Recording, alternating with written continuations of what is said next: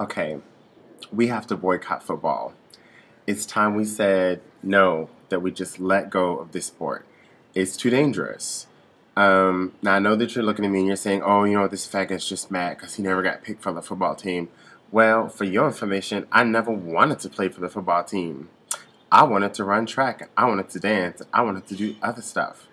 But on the real, I see what football has done for a lot of people. Like, I have a cousin who played football. He even had this rap. My name is Damon. I play for the Raiders. Women own me like a pack of now ladies. This is in middle school, so I guess that probably sounds like Curtis Blow, which we were scratching to. And so I see what it did for his self-esteem. I'm glad that it gave him something to do. It was an area where he could excel. And so he could excel in other areas of his life. It was an area that gave him discipline, fellowship, happiness. He's still a sportsman, and that's what's interesting is he don't play.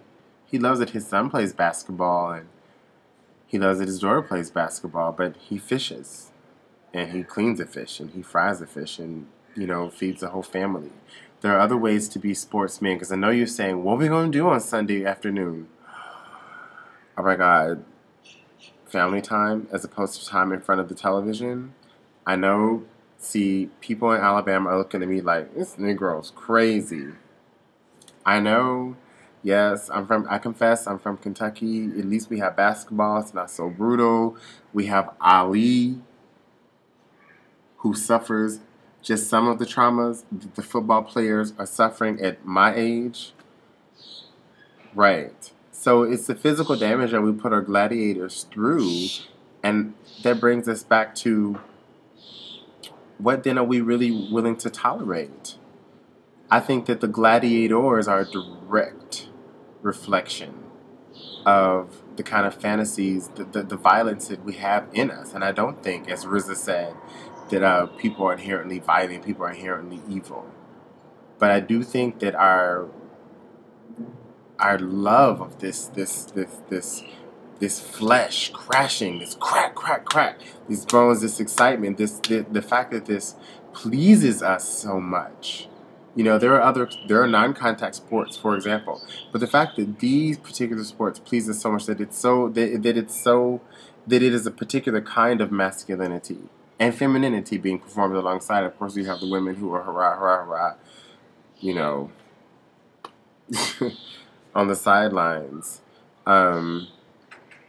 Paula Abdul is one famous one. I think she was with the Dallas Cowboys, or you know.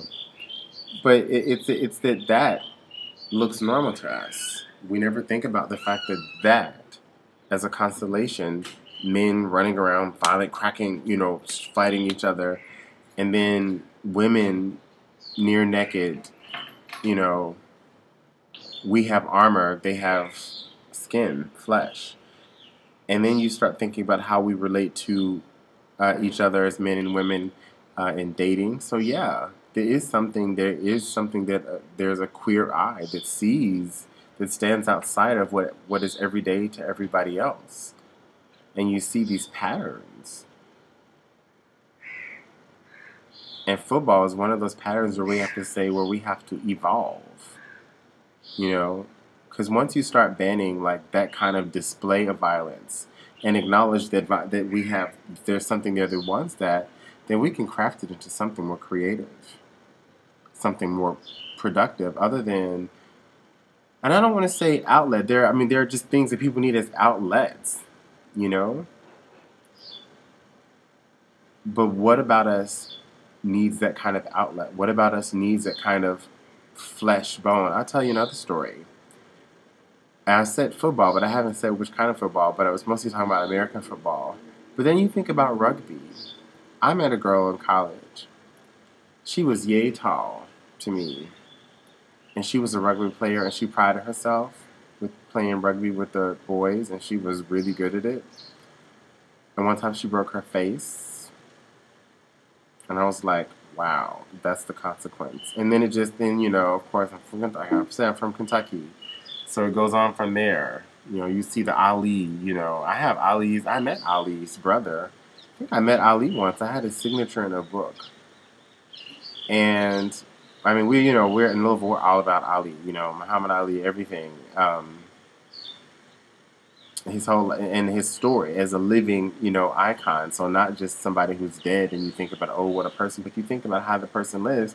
And the fact is, as opposed to death worshiping, we pay attention to someone's life, and we're also looking at how he takes care of his family. We're also looking at how he's a happy person. We're also looking at how he gets along with his disability, and the fact that we gain so much pleasure in watching him beat and watching his pain and him prove his prowess. We gain pleasure from that. And the pleasures that we've gained from that are insurmountable. I mean, I have an Ali poster. I mean, the man just fills me with inspiration. But I have to ask myself continually, do I need that? Do I need for him to sacrifice himself? Do I need that martyrdom to be inspired? Do I need someone to be crucified to appreciate what they've gone through? I mean, do they actually have to bleed? Make them bleed, they say, with the machetes. And we say, hut 1, hut 2, hut 3, hype.